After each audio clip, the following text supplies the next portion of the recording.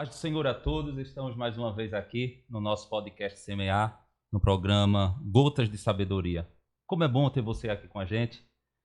Se você ainda não se inscreveu no nosso canal, se inscreve, deixa o teu like e compartilha, porque hoje nós iremos falar de um tema muito bom, que vai trazer edificação para a tua casa, edificação para a nossa família. E hoje estará aqui comigo um convidado muito especial, está aqui comigo meu pastor Jonatas Lins. É um prazer, pastor, ter o senhor aqui no nosso podcast. Amém. Paz do Senhor, irmão Tiago, e a paz do Senhor a todos que estão acompanhando esse podcast. Parabenizar a nossa evangelista Tiago pela iniciativa. É muito salutar poder estar compartilhando com as pessoas, conhecimento, gotas de sabedoria, né? Deus abençoe sua vida e que o Senhor possa cada vez mais fazer prosperar esse projeto e que mais vidas possam ser abençoadas. Eu creio que hoje o nosso papo vai ser de bênção para a vida das pessoas, porque hoje a gente vai falar sobre família, um projeto de Deus.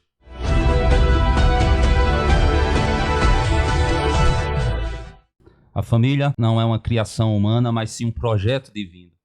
Desde o princípio, Deus instituiu a família como base para a sociedade e também como um reflexo do seu amor.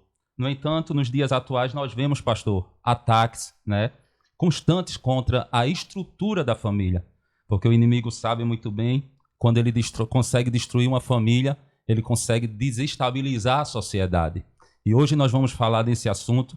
O senhor lida com famílias há muito tempo, sabe quanto é difícil nos dias atuais lutar contra esses constantes ataques contra a família. Então, pastor Jonatas, como o senhor é líder da nossa igreja, líder da Rede Esperança, é meu pastor, e eu sei que o senhor tem muito para falar sobre esse assunto, para aconselhar. Eu queria que o senhor nos contasse um pouco de sua rotina, com alguns problemas com famílias que o senhor tem enfrentado no seu dia a dia.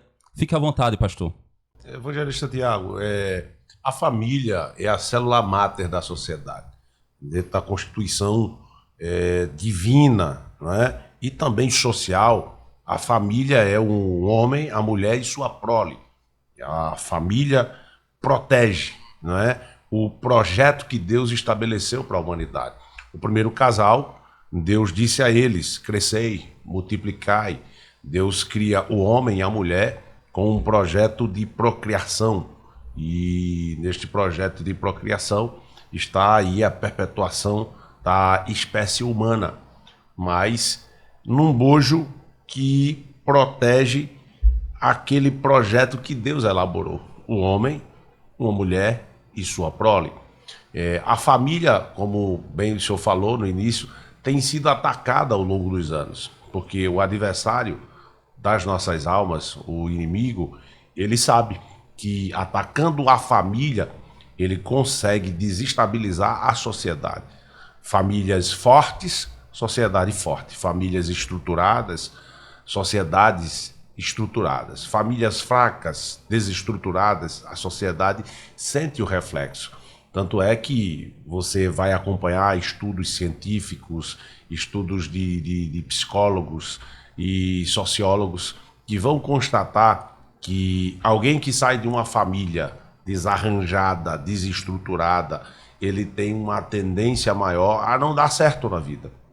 Não é uma afirmação que a gente pode dizer que via de regra, mas é constatado que uma pessoa que vem de uma família desestruturada tem uma tendência maior a ter problemas no seu desenvolvimento social, na inserção no mercado de trabalho, no desenvolvimento das suas atividades. Isso falando da importância que a família tem no desenvolvimento do ser humano. Então, nós tratamos diariamente com famílias e vejo uma investida muito forte do nosso adversário para tentar destruir as famílias. A família começa com o matrimônio, o casamento. A Bíblia diz assim, Hebreus 13:4, venerado, reverenciado, seja o matrimônio e o leito sem mácula, sem traição, sem adultério, sem mancha. O casamento é reverenciado. é venerado à luz das Escrituras Sagradas. A instituição do matrimônio é tão forte, evangelista Tiago, que a Bíblia mostra, comparando o relacionamento de Cristo com a igreja, a Bíblia faz, né, alusão à figura do casamento. Esse relacionamento de Cristo com a igreja, a Bíblia fala de Cristo como sendo noiva, a igreja como a noiva, de um casamento que vai unir eternamente Cristo e a sua igreja, devido à importância do matrimônio. Quem estabeleceu o primeiro matrimônio foi o próprio Deus, quando criou o homem e a mulher, e trouxe a mulher ao homem, disse: far-lhe-ei uma adjutora que esteja diante de você. Deus visa pelo menos 3 principais objetivos para o casamento. Primeiro, não é o companheirismo. Deus disse: não é bom que o homem esteja só. Segundo, Deus promove para o homem a ajuda, né, o auxílio. Far-lhe-ei uma adjutora, alguém que esteja junto, alguém que esteja auxiliando. E Deus diz assim: crescei e multiplicai. Deus está falando da perpetuação da raça humana. Mas Deus promove no matrimônio o complemento, né? Porque isso é muito interessante, que o matrimônio, à luz das Escrituras, é heterossexual. Um homem e uma mulher, macho e fêmea. Este é o padrão que Deus estabeleceu. O casamento também é monogâmico. Um homem para uma mulher. Além disso, é monossomático. Há uma união, os dois se tornam um. E o casamento que Deus estabeleceu para formar as famílias, ele perdura até os dias de hoje, porque o plano original não pode ser destruído. Nós vemos na sociedade pós-moderna, evangelista Tiago, os arranjos de família, né, eles tentando estabelecer novos modelos, novos padrões, mas ninguém pode desviar daquilo que Deus estabeleceu de forma original. A gente vê que cada dia cresce, né, o número de divórcios, né? Cada dia cresce o número de brigas, de desavenças dentro do seio da família. E isso é preocupante. É preocupante, e graças a Deus que Deus ele tem levantado pessoas, né, como o senhor, a gente que prega a palavra, a gente que ensina a palavra. A gente tenta, de alguma forma, através da palavra de Deus, mostrar a realidade do plano original de Deus para a vida dessas famílias. Eu destaquei aqui, para a gente conversar um pouco, eu acho que vai ser muito válido, sobre o papel de cada membro dentro da família. Porque muitas vezes tudo começa a sair do controle, porque muitas vezes o marido não assume o papel dele de marido, né? A mulher não assume o papel dela de mulher. E daqui a pouco está tudo distorcido, e aí onde as contendas começam. E a gente vai ver lá em Efésios capítulo 5, versículo 22 ao 33, né, o parâmetro, né, de um bom relacionamento, como deve ser. No casamento, cada um deve saber o seu lugar, né? Cada um deve saber o que deve ser feito. E hoje em dia a gente vê muitas desavenças dentro dos lares, o senhor há de concordar comigo, é porque na maioria das vezes o marido não cumpre com suas obrigações e não sabe o seu lugar. Aí sobrecarrega a mulher e a gente vai ver que vai terminar no gabinete do pastor, né? Sim. Eu acho que esse é um dos grandes entraves, evangelista Tiago, é a questão dos papéis invertidos dentro do casamento, no seio da família, né? Nós vivemos num advento das mulheres inseridas no mercado de trabalho, tendo o seu espaço, né, garantido e contribuindo muito, mas no dia a dia, na rotina cotidiana, nós precisamos entender que os papéis não mudam e não devem ser invertidos. Segundo a Bíblia Sagrada, nós vemos o papel do marido, né? A Bíblia diz: vós maridos, amai vossa mulher, cuidai dela, né, como quem cuida do seu próprio corpo. Nós entendemos ali, à luz das Escrituras, que o marido tem um papel de provedor, tem um papel de protetor e tem um papel de projetar. Ele provê, ele protege e ele projeta. Ora, se o marido é o provedor, ele tem que entender que Deus espera dele e a família espera dele que do suor do seu trabalho ele possa comer e providenciar para que a sua casa esteja amparada. Tem que haver uma organização, né, pastor? Exatamente. Deus trabalha organizado, né? Deus responde ao caos. A própria criação é Deus colocando ordem no caos. a terra era sem forma e vazia, e havia trevas. Deus chega e diz, haja luz, faz separação entre água e porção seca, estabelece céus e terra. Então, Deus é um ser extremamente organizado e detalhista. Então, Deus estabelece os papéis. Então, à luz de Efésios capítulo 5 e 22, o homem provê, protege e projeta. Projeta como, pastor? Se você ler Salmos 127, você vai ver que os filhos são considerados flechas na aljava. E esses filhos são flechas que serão projetados. Então, além de prover, ele protege sua esposa, ele protege a sua casa, esse papel de protetor. Eu não quero entrar em polêmicas, evangelista Tiago, mas nós temos recentemente uma geração que tem negligenciado esse papel de provedor e de protetor. Né? Aquele que se coloca para proteger sua prole, sua esposa. Né? Nós temos homens que hoje em dia não estão tão atentos a esta realidade de se colocar para proteger a sua casa. Né? E existem, né, claro, nos postulados de hoje, a quem defina como um modelo de patriarcado muito antigo e arcaico. Não, eu estou defendendo princípios que são inalteráveis, princípios que permanecem ao longo dos anos. Prover para sua família, isso é um princípio. Proteger sua família, isso é outro princípio. Não é um padrão de família estabelecido ao longo dos tempos, não é um modelo social desenvolvido arcaico, não. Proteger sua família é papel.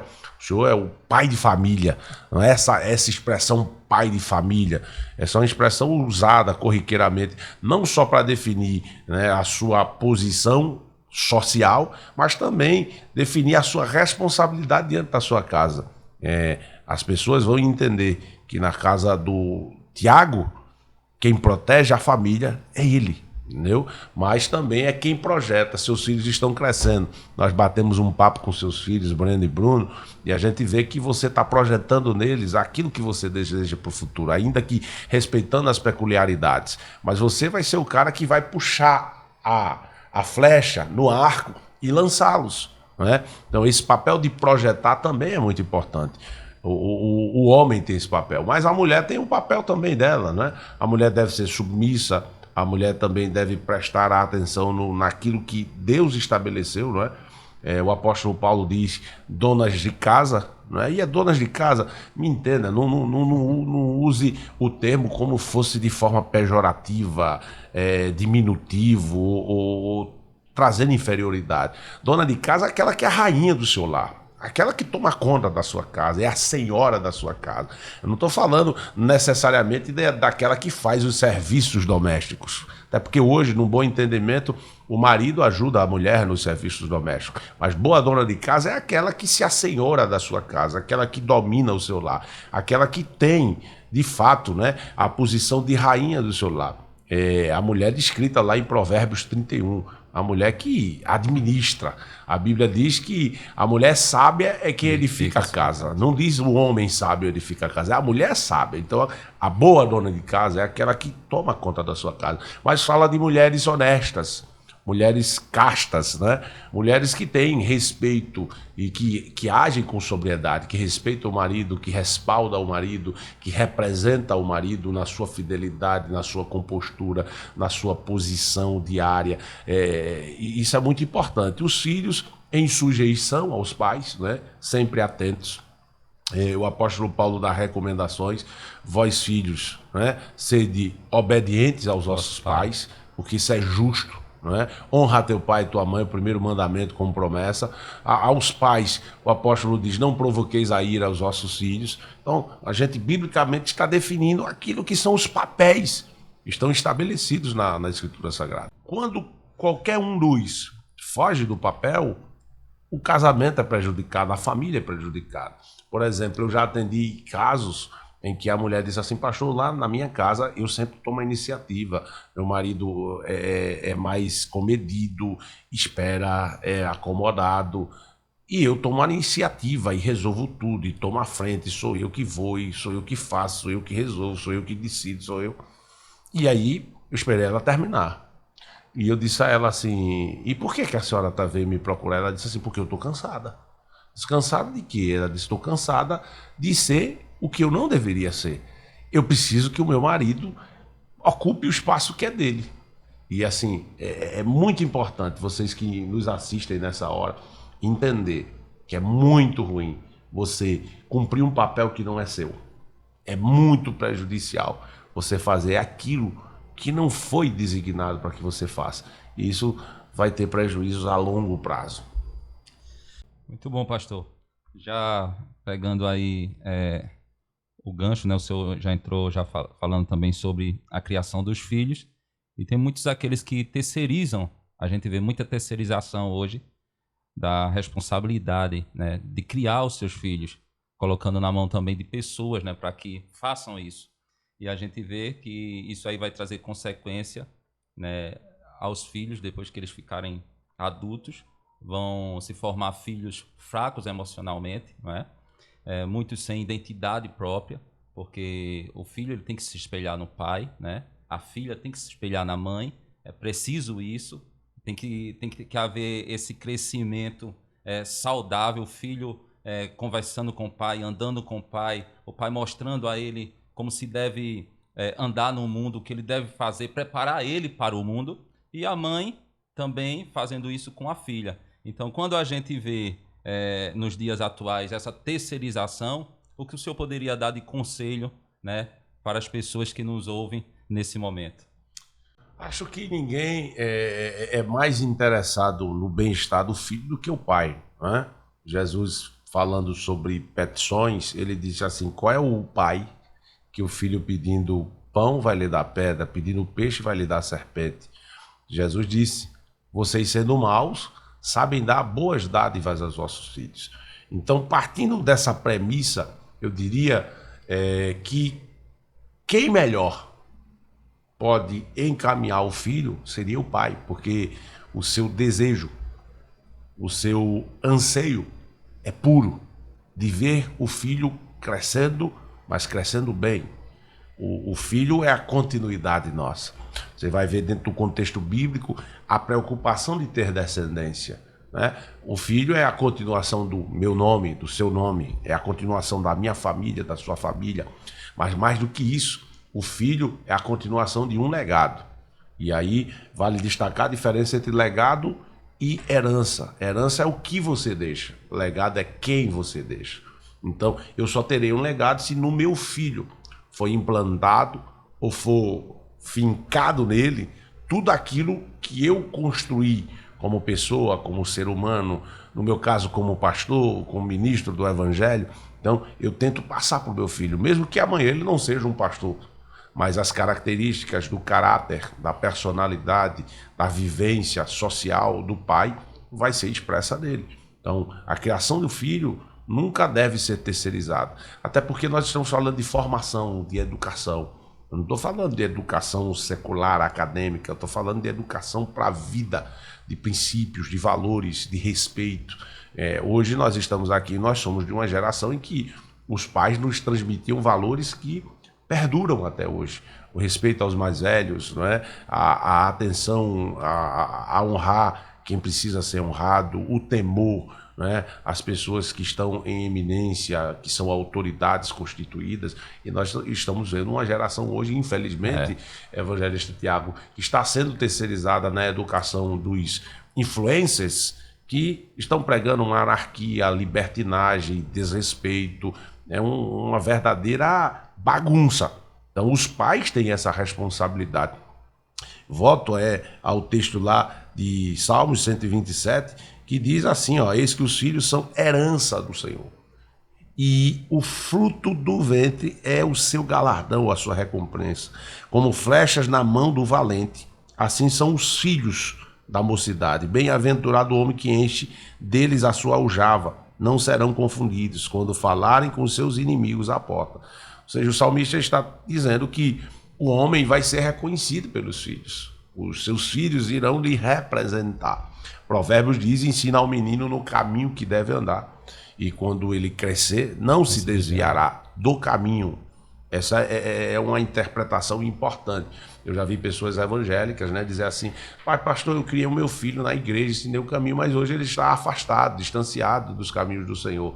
Eu digo: mas interpreta o texto. O texto diz: ensina o menino no caminho que deve andar. E quando crescer, ele não se desvia do caminho. Ou seja, ele pode andar por outros caminhos, mas o caminho verdadeiro sempre vai estar na frente dele.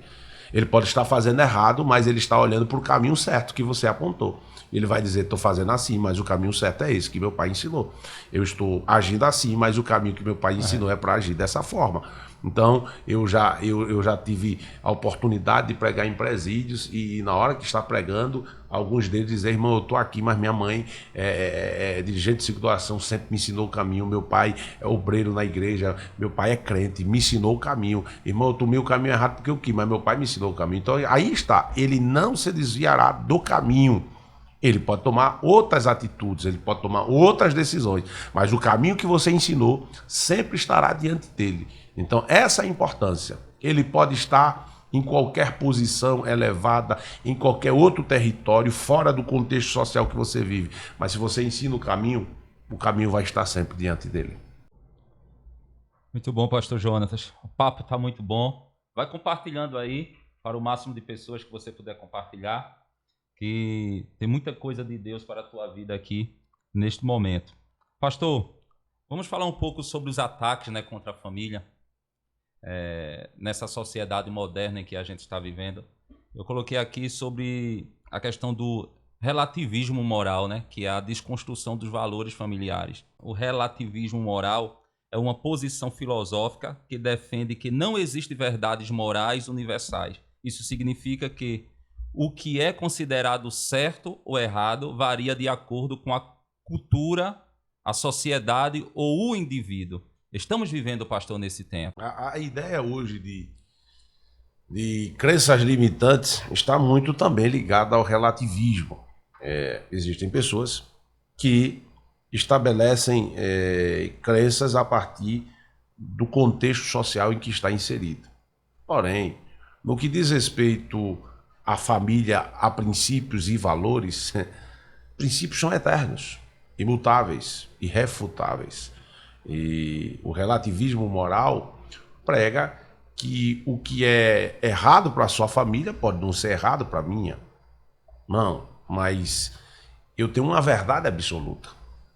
Eu estou regendo a minha vida por uma verdade absoluta.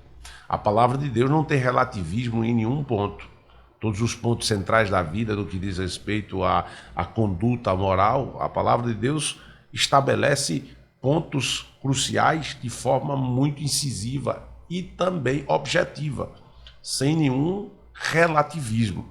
A palavra de Deus é muito clara e contundente. É importante dizer, evangelista Tiago, que o homem tem um código moral dentro de si. Não é? A questão moral está dentro do homem. Eu sempre digo às pessoas que a conduta moral é regrada, sim, pela formação que você tem, pela sua educação, mas, independente da sua formação, você existe um código moral. Deus estabeleceu isso. Por exemplo, se você vê alguém matando o outro, você é capaz de dizer que está errado, mas isso é por causa da sua fé, da sua crença, ou é um entendimento seu, intrínseco à sua natureza, que entende que ninguém pode tirar a vida do outro. Por exemplo, se você vê um crime hediondo acontecendo contra uma criança, o seu senso de justiça brota. Aquela pessoa precisa pagar. Mas isso vem de quê? Da lei vigente do país?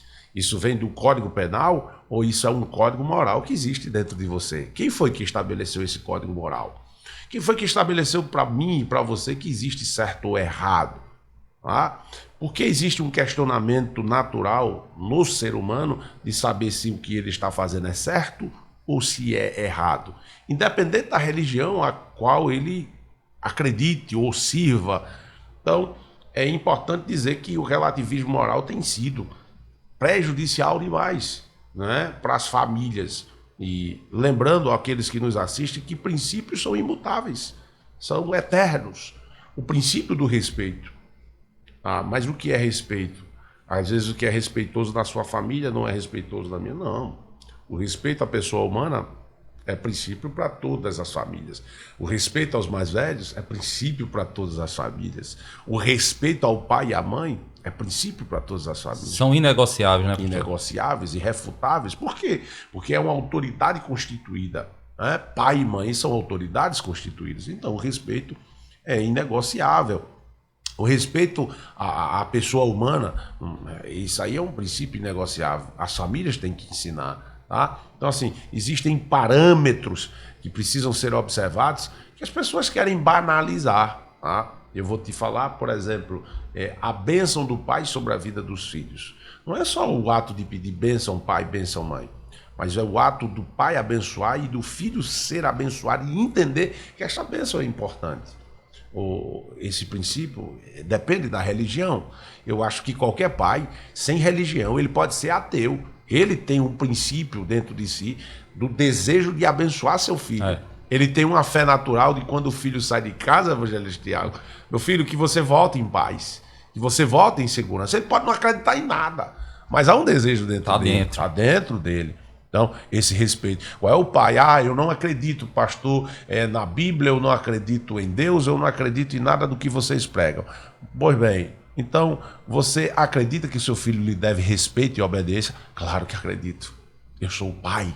Então, é um princípio, não pode relativizar este princípio. E hoje, nós estamos vendo famílias afrouxando a questão do respeito, né? a questão moral, né? A liberdade para falar é uma coisa, a liberdade para escrachar dentro do ambiente familiar é outra coisa. Então, precisamos estar atentos a isso aí.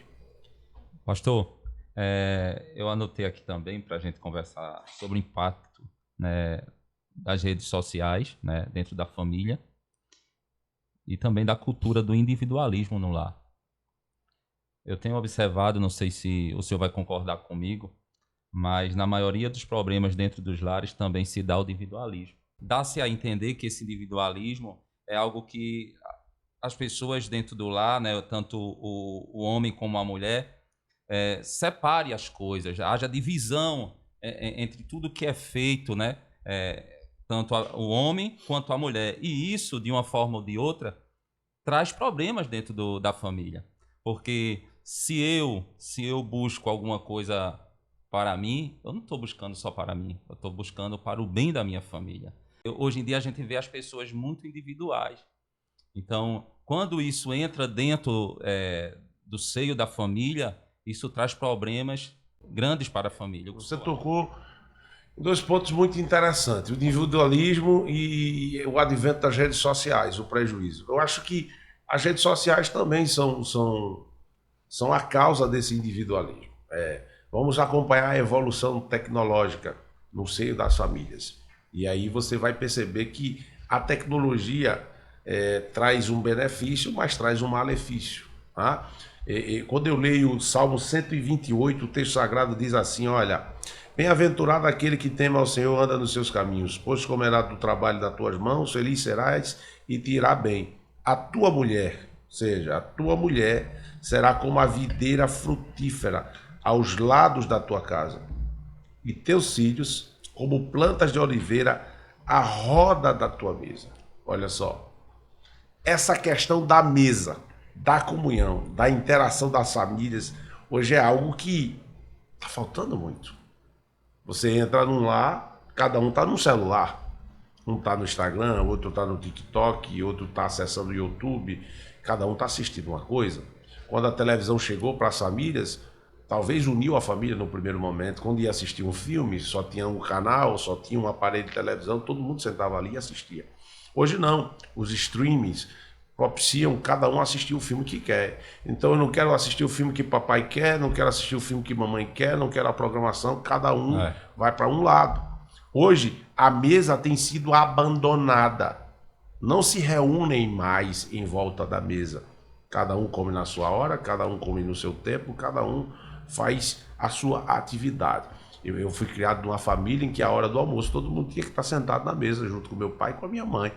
Eu fui criado num regime que todo mundo tomava café junto, almoçava junto e jantava junto. O almoço de domingo era a família toda reunida ali em volta da mesa. Hoje as famílias estão perdendo mais isso.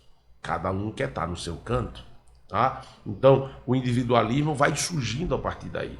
Cada um vai criando uma espécie de programação pessoal. E as atividades em conjunto com a família estão perdendo mais.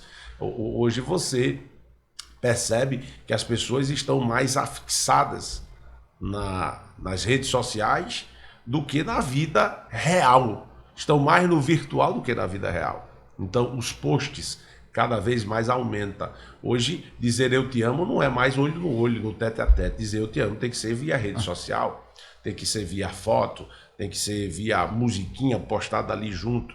Mas as pessoas não estão interagindo. Nós estamos vivendo um mundo muito estranho, em que as emoções estão em ebulição e as pessoas não conseguem se controlar emocionalmente porque não se comunicam mais. A comunicação é virtual. Eu já cheguei num restaurante e eu e Carol, a gente observou, em todas as mesas as pessoas estavam curvadas diante de um celular e não havia conversa. Tá? Não havia conversa. Hoje o ponto de interação é: você viu um vídeo novo? Eu te mandei um vídeo aí, observa aí, me responde aí. Não existe mais uma conversa do cotidiano, da rotina das pessoas. Então isso é muito, muito ruim. Essa questão do personalismo que traz o individualismo. Hoje o mundo está te oferecendo coisas que se encaixem no teu espectro, né, do teu entendimento, daquilo que você deseja. Então, quem é Tiago? Eu tenho tudo aqui para você, Tiago. Então, Tiago está se perdendo naquele mundo ali que tem tudo para ele, para o perfil dele, para a personalidade dele, para os anseios dele, para os desejos dele. E isso vai deixando com que as pessoas se distanciem cada vez mais. E cada um por si. Só que aí há um prejuízo.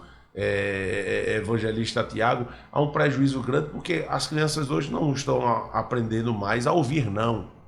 Por quê? Porque o que querem, tá? Hoje é muito mais fácil a mãe dizer assim: tá bom, para ficar calmo, toma aqui o celular, te ocupa aí com o celular, escolhe aí o que é que tu queres ver, assista aí o que é que tu queres assistir. Você quer o que de comida? Eu quero isso. Pronto.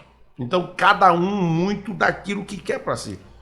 Eu vou te dizer que eu, na minha infância, nunca tive direito de escolher a comida que eu ia comer no meu dia. Tinha que sentar na mesa, o que minha mãe colocasse no prato, a gente tinha que comer. Em casa era assim também. Então, hoje não. Sim. Hoje existe até um cardápio variado em função daquilo que cada um quer. Né? Meu filho, você quer o quê? Você já está tornando ele individual. Não estou dizendo que sejamos obrigados a não ter o direito de escolher. Não, eu estou dizendo que a sociedade está sendo preparada para isso. Tá? Está sendo preparada para isso. Então, eu me lembro que a gente não tinha direito de dizer: hoje eu não quero comer isso. Não, o que tem para hoje é isso. Você vai comer isso. É uma construção, né, pastor, que está vindo já da criação. Exatamente. Né, do crescimento do menino. Então, assim, as crianças, desde ter idade hoje, já estão definindo para os pais o que é que elas querem. Como é que você quer que esse indivíduo não seja individualista se desde a tenridade ele está dizendo o que ele quer para ele? Ele não tem um não, ele não tem um constrangimento, ele não tem nenhuma frustração para dizer assim: não, meu filho, você não pode escolher isso, você vai ter que receber isso, que é pelo bem comum. Aí quando ele chega para conviver em sociedade, ele não consegue respeitar o desejo do outro, tem que ser o que ele quer. E hoje, você sabe que o mundo está muito para isso, né? O mundo está muito para isso. Eu diria que você vai ver até as igrejas hoje estão personalizando para atender de forma individual as pessoas. Meu Deus, eu vi um vídeo um dia desse aí, pastor, que a criança queria algo e a mãe não pôde comprar no supermercado. Disse não para ela, como o senhor falou aí. Ela saiu quebrando tudo. Jogou as coisa do supermercado no chão e a mãe atrás dela e ela quebrando tudo. Veja a que ponto, né, nós chegamos. Porque é como o senhor falou, temos que ter cuidado, né, na criação dos nossos filhos. Como a igreja tem ajudado e pode ajudar a resgatar esses princípios bíblicos para a família nos dias atuais. Bom, Tiago, a igreja hoje continua sendo a grande parceira na formação, né? Não só ligada à questão espiritual e moral, mas na educação, né? Eu sou fruto de ensinos da igreja desde a tenridade, escola dominical, participação de ciclo de oração infantil. E hoje, com as ferramentas mais avançadas, eu acho que há um ensino com melhor qualidade, eu acho que as professoras estão mais preparadas e têm mais ferramentas para ensinar as crianças. A pedagogia aplicada hoje, acredito que seja mais eficaz. Porém, é importante dizer que a igreja não cumpre este papel só. Os pais devem entender que eles têm sua participação, desde ensinar dentro de casa, como também fazer os filhos a mais aqui, a palavra. Porque a igreja só pode ajudar, irmão Tiago, a partir do ensino. Até porque o tempo é curto, né, pastor, que passa na igreja, Exatamente. né? O senhor já imaginou a quantidade de horas que uma criança passa no colégio, vamos dizer, por semana, sem falar no ensino integral, mas vamos dizer por semana aí, passa 40 horas no colégio, passa 2 horas de culto. Então ela passa 40 horas durante a semana sendo, me permitem, envenenada. Bombardeada por ensinos diversos, por costumes que estão à sua volta, pela interação com outros colegas que às vezes não têm a formação correta. Então ela está sendo envenenada, está sendo intoxicada. Quando essa criança vem para a igreja, ela precisa de todo um trabalho, né? E esse trabalho é feito com o ensino da palavra. Mas 2 horas só resolve? Não, pastor, mas eu vou 3 vezes na semana na igreja, então 2 horas de cada culto, 6 horas frente a 40 horas. Então, não é só a igreja que tem que cumprir este papel, os pais devem entender esse papel. E, infelizmente, hoje existem pais que qualquer desculpa deixam de ir à igreja ou deixam de levar os seus filhos. É claro que a igreja tem que se preocupar em oferecer, né, também um ensino com qualidade, um ambiente aconchegante, que acolhedor, pessoas preparadas para que possam trazer a essas crianças o acesso ao ensino com qualidade. Mas os pais devem primar por isso. Primar como? Fazendo culto doméstico, ensinando seus filhos a orar, buscando ler a Bíblia com eles, responder às perguntas. Nós estivemos há pouco com seus filhos, o meu filho, tratando sobre temáticas bíblicas, podendo ofertar para eles respostas de dúvidas. Mas como é que essas dúvidas surgem? É a partir do momento que eles leem a Bíblia. Se meus filhos não leem a Bíblia, quais são as dúvidas que eles terão? Se eu não compartilho com eles no dia a dia a leitura da palavra, o culto doméstico, o ensino da oração, eles não terão nem apreço, nem apreciação, eles não terão desejo, nem anelo por buscar a presença de Deus. Então a igreja contribui com o ensino. No meu caso, ensino e ensino. Amém, pastor. Pastor, já estamos caminhando para o final, né? Porque o assunto é muito extenso. Se a gente for falar, vai ser muitas horas aqui de podcast. Mas vai ter outras oportunidades. Com certeza o pastor Jonas vai estar aqui com outros temas. Sim. E vai ser de bênção para a nossa vida. Pastor, como edificar uma família segundo o coração de Deus? Eu sempre digo, evangelista Tiago, que Deus, assim como tudo que é criado aqui na Terra tem um manual, Deus não criou a família sem o seu manual. Então aqui está o manual para a família. Aqui esse manual tem tudo, né? De como ele criou, qual o propósito com o qual ele criou e como deve ser edificada, né? A Bíblia diz, Salmo 127, se o Senhor não edificar a casa, em vão trabalham aqueles que a edificam. Ou seja, a primeira coisa que você precisa entender é que toda a edificação no aspecto familiar tem que contar com a presença do Senhor. Deus tem que estar presente. Deus tem que estar presente. A casa que tem Deus, ela está protegida, guardada, mas ela também pode ser edificada. Segundo a palavra de Deus. Primeiro, presença de Deus. Segundo, a palavra de Deus. A palavra de Deus tem que estar presente. Eu tomo por base a família de Marta e Maria e Lázaro. Se você ler Lucas capítulo 10, a partir do versículo 42, eu ministro uma mensagem, você pode procurar aí na internet, eu acredito que deve ter, Minha Casa Preferida de Jesus. Eles moravam em Betânia, uma pequena aldeia, e que quando Jesus passava por ali, se hospedava naquela casa. Mas o que é que tinha naquela casa que chamava a atenção de Jesus, que fazia com que Jesus desse preferência a ela em detrimento das outras casas? Porque naquela casa havia Marta que servia, Maria que tinha devoção e Lázaro que era amigo de Jesus. Enquanto Maria servia, não é? Maria está demonstrando que os seus dons, os seus talentos, as suas habilidades eram devotadas ao Senhor. Era para o Senhor Jesus. Então, quando uma família entende que o que tem de habilidade, de qualidade, deve ser colocado para o Senhor, isso faz com que essa família seja edificada cada vez mais, crescendo diante do Senhor. Maria ficava aos pés de Jesus e ouvia a sua palavra. Então, a palavra do Senhor tinha valia ali. Maria estava ali aos pés de Jesus, escutando cada palavra que ele dizia. Então, Marta dava importância à presença, Maria dava importância à palavra do Senhor Jesus. Terceiro lugar, havia um senhorio, né? Um domínio. Marta era a dona da casa, mas quem dava a última palavra era Jesus. Ela reclama de Maria e diz assim: olha, o senhor não se importa que Maria me deixe servir só? Jesus dá a última palavra. Maria escolheu a melhor parte, dela não vai ser tirada. É Jesus dizendo: Marta, tu é a dona da casa, mas quem manda aqui sou eu. O domínio é meu, eu sou o Senhor. Então a última palavra é minha. Então, casa onde tem presença de Jesus, se ouve a palavra dele e ele tem o domínio, esta casa está sendo bem edificada. O devocional, né, pastor? O senhor sempre fala, né? Sim. Tem que existir dentro da família. Devocional. Irmão Tiago, a gente não é crente só na igreja, no ambiente do templo. A gente é crente em casa, a gente é crente andando na rua, a gente é crente no nosso trabalho, a gente é crente no nosso dia a dia. Nós servimos ao Senhor. Então, esse ambiente de devoção dentro de casa é fundamental para as famílias. Pastor, aproveitar bem o senhor aqui, né?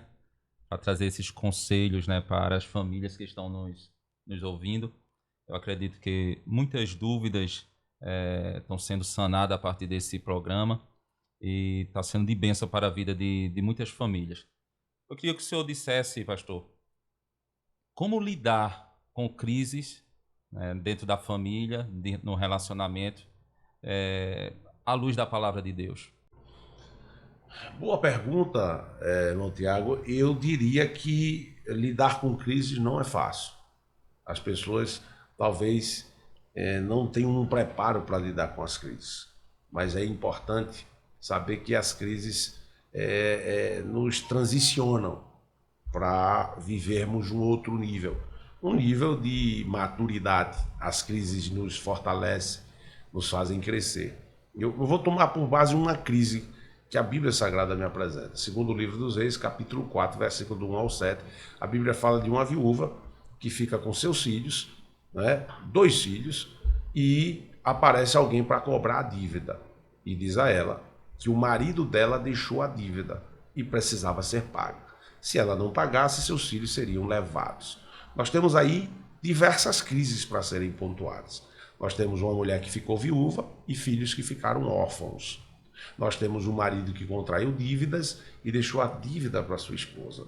Nós temos uma viúva que se depara com a continuidade da vida, com a criação de filhos sem pai e com a dívida sendo cobrada. Então, o que fazer diante de uma crise como essa? Que situação difícil, né, pastor? Muito difícil. Nós temos o luto, porque ela perdeu o marido. Perdeu o amor da sua vida, ela perdeu o pai dos seus filhos, ela perdeu o provedor do seu lar. Então, consequentemente, com o luto, nós temos também a questão dos filhos que estão órfãos. Não é? Nós temos o luto, a viuvez, e nós temos os filhos órfãos, filhos que vão crescer sem um pai, a figura paterna, a figura do homem dentro do lar, que é tão importante. Nós temos aí uma crise financeira também. A mulher já tem a crise de viver sem um provedor do lar e ainda descobre uma dívida. Nós temos aí também um adversário que chega para levar os filhos. Aquilo que ela tem como herança está sendo levado. E o que é que ela faz? Em primeiro lugar, é importante você avaliar sua crise, identificar sua crise, saber o que é de fato a sua crise. Porque existem pessoas que estão em conflitos dentro do lar, estão em crise, mas não sabem de fato que crise estão enfrentando. O que é a sua crise? Segundo lugar, não reclamar da sua família, do que Deus te deu. Observe que o marido deixou a dívida, mas a mulher vai procurar o homem de Deus. E ela não chega no homem de Deus dizendo assim: meu marido, aquele responsável, morreu e ainda me deixou uma dívida. Ela chega no homem de Deus e diz assim: meu marido, teu servo, o senhor sabe que ele temia a Deus. Ou seja, ela não reclama, ela não expõe negativamente a sua família. Existem pessoas que levam uma exposição negativa da sua família, além dos limites da sua casa. Então é importante dizer que nós precisamos ter esse entendimento. Identificar a nossa crise. Segundo, não reclamar e nem expor a nossa família. Terceiro, procurar ajuda. Ajuda de quem tem competência para ajudar. Ela vai até o homem de Deus. E o homem de Deus ouve a sua queixa. Ouve o seu problema. Né? Então, é importante, irmão Tiago, você ter alguém que lhe ouça. Alguém com maturidade, com experiência. Para quê? Para lhe aconselhar. Entendeu? É importante ter alguém que lhe ouça. Ela vai. E quando ela expõe o problema. Porque não é só ter quem lhe ouça. É você saber identificar e saber passar. Ela expõe com detalhes. O profeta diz a ela assim: o que é que eu vou fazer contigo? O que é que eu vou fazer contigo? Tá? Ela espera do profeta uma resposta. Então, existem respostas que você tem que esperar da parte de Deus. Tá? Glória a Deus. Mas aí o profeta diz a ela assim: o que é que tens em casa? Aí vem de novo, você saber identificar como é que está a situação da sua casa. Você saber definir o que é que está acontecendo dentro da sua casa. Você saber detalhar o que é que tem dentro da sua casa. Ela disse: a senhora não tem nada, a não ser uma botija de azeite. Eu sempre digo às pessoas que o pouco que você tem pode ser a chave para o milagre que você precisa. O pouco que você tem é a chave para o milagre que você precisa. Ela disse: a serva tem um pouco de azeite na botija. Tá? Eu destacaria a questão do azeite em casa. O azeite, nos tempos da Bíblia, você sabe que servia tanto para cozinhar, como servia para colocar nas feridas, como servia para manter as lâmpadas acesas. Então, ter azeite é sinônimo de comida, porque sem azeite não se cozinhava. Então, o azeite providenciava o alimento. O azeite providenciava também remédio para as feridas, né? E o azeite também trazia lâmpada acesa. É claro que a figura do Espírito Santo é representada nesse azeite. E eu diria que a presença do Espírito Santo é fundamental para vencer todas as crises. Se tiver azeite na sua casa, aleluia, você glória vai vencer a Deus. as crises que você está enfrentando. Outra coisa é que a mulher recebe a orientação do profeta de pedir aos vizinhos, aos amigos, vasos emprestados. Isto fala dos relacionamentos. No momento de crise, você tem que apelar para os relacionamentos que você tem. Então, é muito importante que você tenha relacionamentos saudáveis com pessoas que podem lhe ajudar no momento de crise. Pessoas que podem te socorrer no momento da sua crise. Com quem você relaciona-se. Ou se você não se relaciona com ninguém, você vai ter dificuldade, porque na hora da tua crise ninguém vai poder te socorrer. Mas ela era uma mulher de credibilidade nos seus relacionamentos. Então, o profeta diz assim: olha, vai, pega vasos emprestados e deita o azeite nesses vasos. Fecha a porta sobre ti e sobre os teus filhos. Né? Isso fala de uma intimidade, de uma privacidade. Toda a família tem que resolver seus problemas respeitando o princípio da privacidade. Né? Nós costumamos dizer no nosso popular que não se lava a roupa suja na casa dos outros. A gente lava a roupa suja em casa. Né? E muitas crises são avolumadas porque as pessoas querem resolver os seus problemas e expondo-os. Não. Ela tinha um problema. As pessoas talvez perguntaram: o que é que tu vai fazer com tanta vasilha emprestada? Não é um mistério meu aí. Fecha a porta sobre ti e os teus filhos. Ou seja, o milagre aconteceu dentro da privacidade daquela família. E Deus operou. Outra coisa que é interessante, eu sempre falo aos casais: aquela mulher não pegou a botija e colocou na mão dos filhos para derramarem. Mas ela dizia: traga a vasilha e eu derramo. A botija de azeite está nas tuas mãos. Eita, glória a Deus. Você não pode transferir para outros a responsabilidade. Então, ela derramou o azeite. Ela derramou o azeite. Isso aqui é tremendo. Ela derramou o azeite. Então, o azeite está nas tuas mãos, derrama o azeite. Tem hora que não é retrucar com uma palavra áspera, não devolver na mesma moeda. Às vezes, derramar o azeite para resolver. Mas, pastor, o senhor não sabe o que é que eu escuto desse marido, o senhor não sabe o que é que acontece. Derrama o azeite. O azeite vai amolecer esse coração duro de pedra. O azeite vai trazer resultados positivos para a tua vida. Se você continuar fazendo a mesma coisa, você não vai ter novos resultados. Mas se você mudar de atitude, novos resultados vão aparecer. E a mulher tem uma resposta de Deus para a sua vida naquela crise, a partir do momento que ela obedece à orientação do profeta. Então, basicamente, dá para resolver uma crise a partir de 2 Reis, capítulo 4, versículo 1 ao 7. Então, pastor, não existe crise que não possa ser resolvida, né? Sim, sim. Só basta querer resolver. Tá aí o conselho do pastor Jonatas. Então, podemos sim, através da nossa família, né, influenciar positivamente outras pessoas e também outras famílias, pelo nosso exemplo, né, pastor? Sim. Pela nossa dedicação, pelo nosso respeito, pelo nosso amor um para com o outro. E assim o nome de Jesus será glorificado na minha e na tua vida. Já estamos encerrando o nosso podcast, mas eu queria dizer a você que nunca deixe de lutar por sua família, não é isso, pastor? O diabo sempre vai querer que você pare de lutar, o diabo sempre vai querer que você largue tudo, deixe tudo, mas Deus está sempre pronto, de braços abertos, com as mãos estendidas para te ajudar nesta luta, porque o interesse de Deus é que a família continue. Pastor, eu gostaria que o senhor desse as suas considerações finais e mandasse um recado aí para as famílias que estão nos escutando. Amém. Agradecer pelo convite, evangelista Tiago, parabenizar pela iniciativa e pelo programa de alto nível. Deus abençoe tua vida. Deus Amém, te use pastor. cada vez mais. E dizer às famílias que vale a pena lutar. Vale a pena lutar pelo que Deus te deu. Vale a pena lutar pelos seus filhos. Os filhos são herança do Senhor. Então, não abra mão da herança que Deus te deu. Vale a pena lutar pelo seu casamento. Seu casamento foi instituído por Deus. Então, se foi instituído por Ele, tem a aprovação, tem o carimbo de Deus. Então, luta, mas luta com todas as forças. Luta com garra, com determinação. A tua família é bênção de Deus para a sua vida. A tua família é também a continuação da tua história e do teu nome. Não deixa que o adversário destrua a história que Deus começou a construir em você. Ainda que hoje esteja vivendo um capítulo difícil, nebuloso, conturbado, preocupante, Deus tem uma página nova.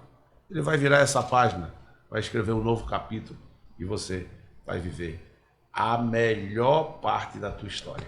Glória a Deus. Tem algo preparado para você. Deus abençoe você, Deus abençoe sua casa, Deus abençoe sua família. Pastor Jonatas, muito obrigado por estar aqui no nosso podcast Semear, no programa EBC em Foco. E nunca esqueça, pastor, dá uma passadinha por aqui, amém? Amém. A gente vai, com certeza, ter outros momentos aqui com outros temas. E se você gostou, deixa teu comentário aqui embaixo.